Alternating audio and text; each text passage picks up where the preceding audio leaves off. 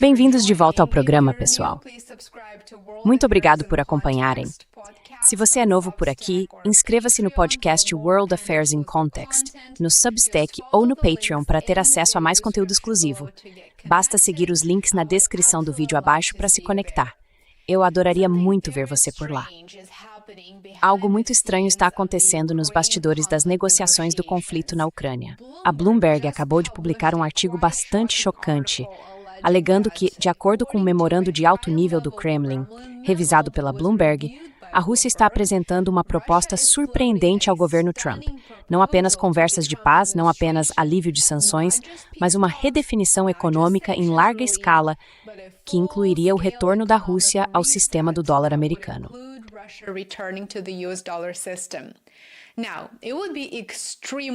Agora, seria extremamente ingênuo voltar a depender do sistema financeiro liderado pelos Estados Unidos. É claro que seria.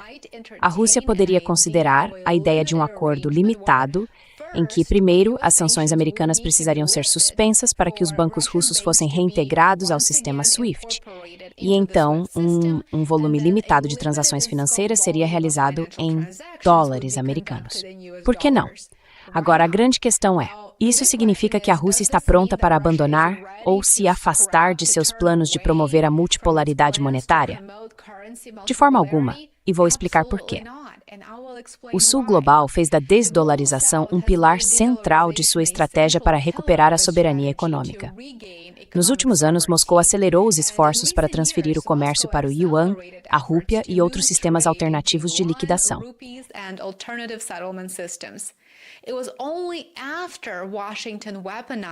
Foi apenas depois que Washington transformou o dólar em uma arma que a Rússia decidiu se libertar da dominação financeira dos Estados Unidos. Além disso, os Estados Unidos se beneficiariam com o retorno da Rússia ao sistema baseado no dólar americano, como uma forma de enfraquecer os laços russos com a China. As transações entre Rússia e China em renminbi chinês dispararam desde 2022. Portanto, para Washington, isso seria uma vitória. E é exatamente por isso que Washington está tentando ressuscitar a ideia de que a Rússia, de certa forma, volte aos velhos tempos. Agora, para Moscou, isso também seria um passo inteligente, pois o país precisa se diversificar para fortalecer sua posição. Isso não significa que passará a depender do dólar americano. Não, seria um novo modelo que ainda depende fortemente da diversificação das transações em moedas e da redução da dependência cambial.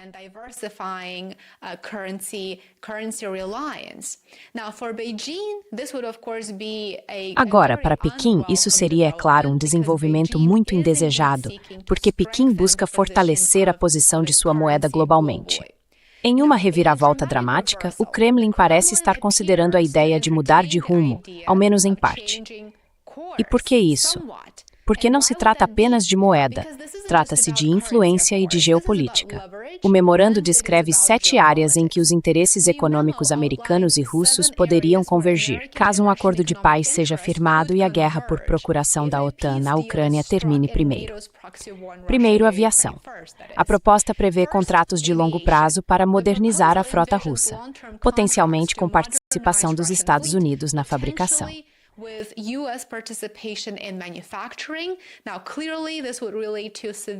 Agora, é claro, isso se aplicaria apenas a aeronaves civis e teria um escopo e uma duração bastante limitados. Em segundo lugar, empreendimentos conjuntos de petróleo e GNL, incluindo perfuração offshore e reservas de difícil recuperação.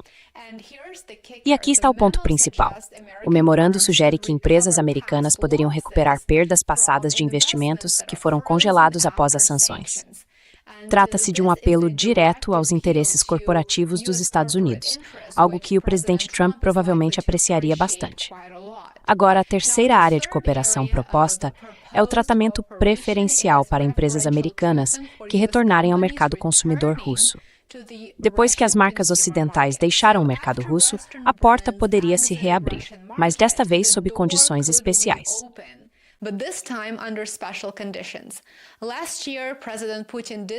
No ano passado, o presidente Putin afirmou que os produtores nacionais teriam prioridade em qualquer circunstância e que as empresas estrangeiras que decidissem voltar não deveriam contar em ocupar os mesmos espaços que deixaram em 2022. Assim, as políticas internas em relação às empresas estrangeiras estão sendo reajustadas.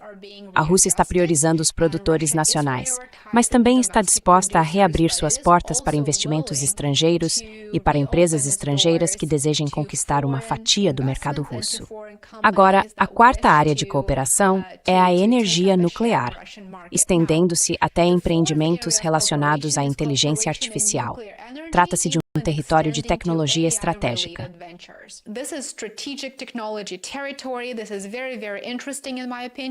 Isso é muito interessante, na minha opinião, e é algo sobre o qual eu realmente gostaria de obter mais informações.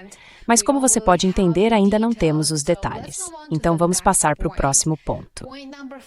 O ponto número 5, e este é o mais importante, é o retorno da Rússia ao sistema de liquidação em dólares, possivelmente até mesmo para transações de energia. Pense no que isso significa. A energia precificada e liquidada em dólares é um dos pilares do poder financeiro dos Estados Unidos. Portanto, naturalmente, Washington se beneficiaria imensamente ao fortalecer o dólar americano, trazendo a Rússia de volta para o sistema denominado em dólares dos Estados Unidos.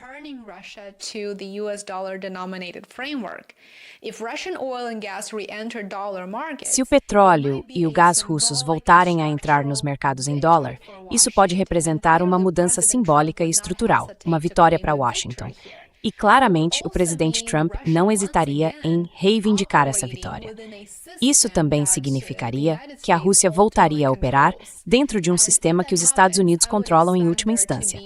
E se isso acontecer, eu esperaria que houvesse limites muito bem definidos. É desnecessário dizer que é improvável que a Rússia mude seu objetivo de diversificar os sistemas financeiros e manter sua soberania econômica. Agora, a última posição é a número 6 e trata-se da cooperação em matérias-primas críticas, como lítio, cobre, níquel e platina.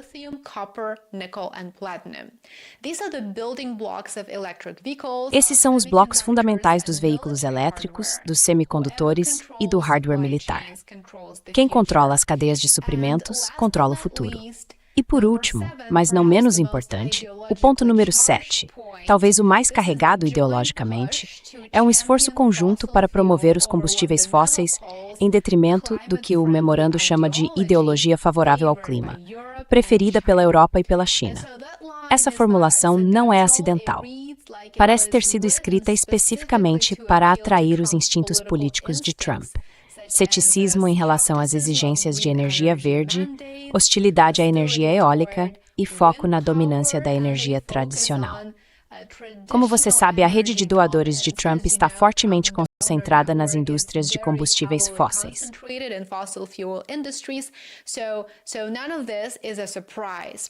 Portanto, nada disso é uma surpresa. A grande questão é, por que a Rússia consideraria voltar ao dólar americano, mesmo em um formato novo, digamos de escopo limitado? Essa é a grande questão. Bem, o alívio das sanções somado ao acesso ao dólar certamente estabilizaria os mercados de câmbio da Rússia. Isso reduziria a volatilidade e também ampliaria a liquidez. O memorando argumenta exatamente isso. A liquidação em dólar fortaleceria o balanço de pagamentos da Rússia ao mesmo tempo em que reforçaria o status do dólar como reserva global. Em outras palavras, seria uma situação vantajosa para ambos, e é apresentada dessa forma.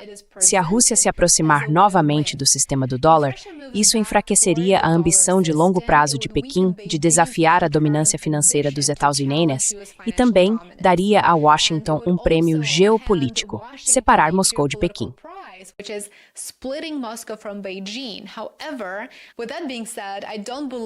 No entanto, dito isso, não acredito que realizar transações em dólares americanos possa realmente dividir a China e a Rússia em termos de seus planos estratégicos.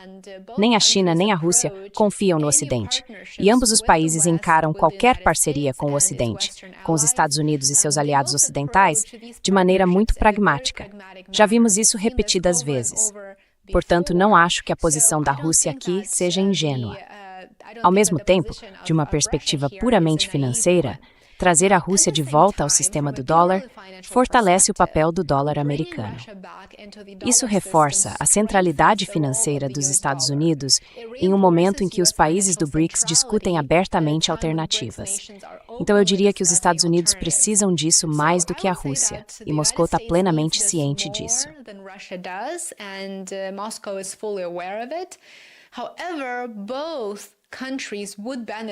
No entanto, ambos os países se beneficiariam ao reintegrar a Rússia ao sistema SWIFT, embora eu argumente que um retorno ao que tínhamos antes está claramente fora de questão. Não podemos reverter o curso, e isso seria completamente impossível. Washington fez mais do que qualquer outro país do mundo para enfraquecer seu maior ativo, o dólar americano, ao transformá-lo em uma arma. E é improvável que a Rússia, a China ou qualquer outro país esqueçam disso. Muito obrigado por assistir. Espero que tenha gostado desta rápida atualização. Por favor, apoie meu trabalho se puder. Torne-se um assinante pago no YouTube, Substack ou Patreon. Muito obrigado a cada um de vocês que já fez isso. Eu agradeço de verdade. Obrigado por assistir e espero vê-lo aqui novamente amanhã. Cuide-se.